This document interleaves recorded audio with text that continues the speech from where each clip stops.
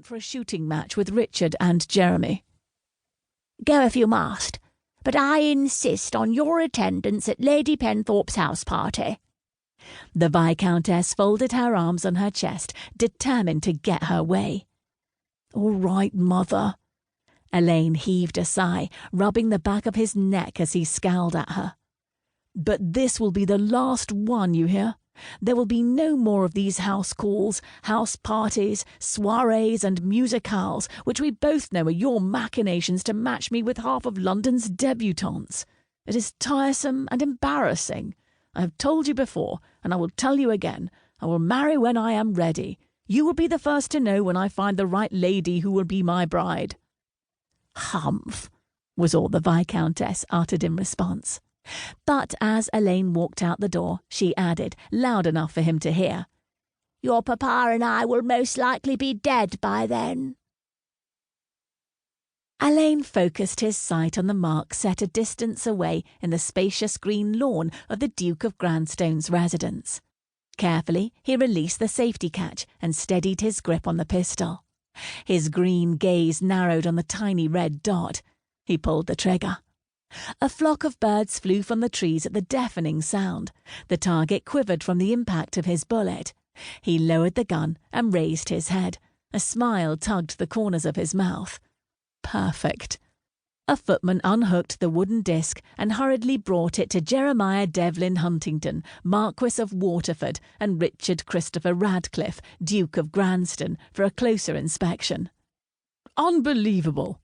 Richard hoisted the disc at an angle so that sunlight filtered through the burnt hull. How does he do it?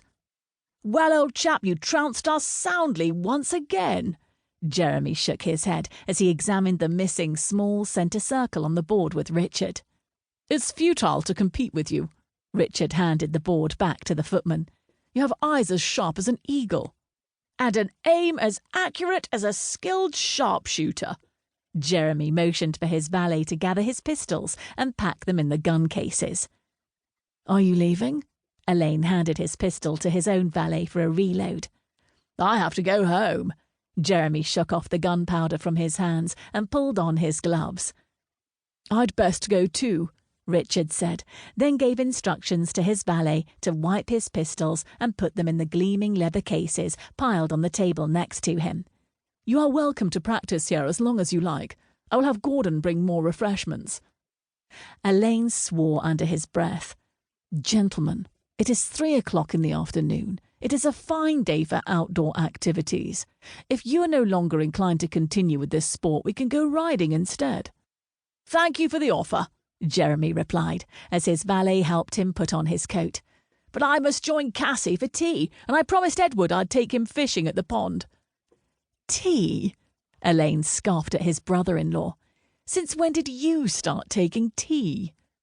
Since your sister said so, Jeremy beamed. Then he lifted his chin to let his valet fix his cravat. You'll ride all the way back to Waterford Park to have tea? Allayne cocked a tawny eyebrow. Well, no. Jeremy flashed him a crooked grin. I'm going home because I miss my wife and my little one. Good God, man. Allayne shook his head.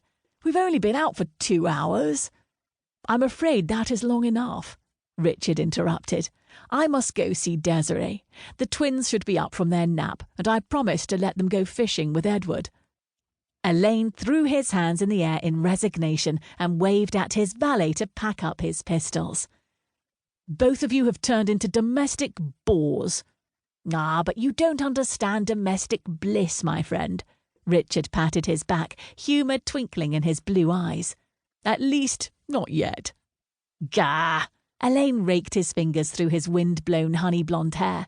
Please, I have no desire to get leg-shackled any time soon. But shouldn't you be thinking about it? Richard plunged his arms into the sleeves of the velvet coat his valet offered. You're 33. You're not getting any younger. I don't care. I'm content with my life, my sport, and my books. Allayne let his own valet assist him with his coat. I don't need some chit hovering over me, not even for sex. God knows I have more than enough interest to indulge in liaisons for the next 5 years. Jeremy laughed.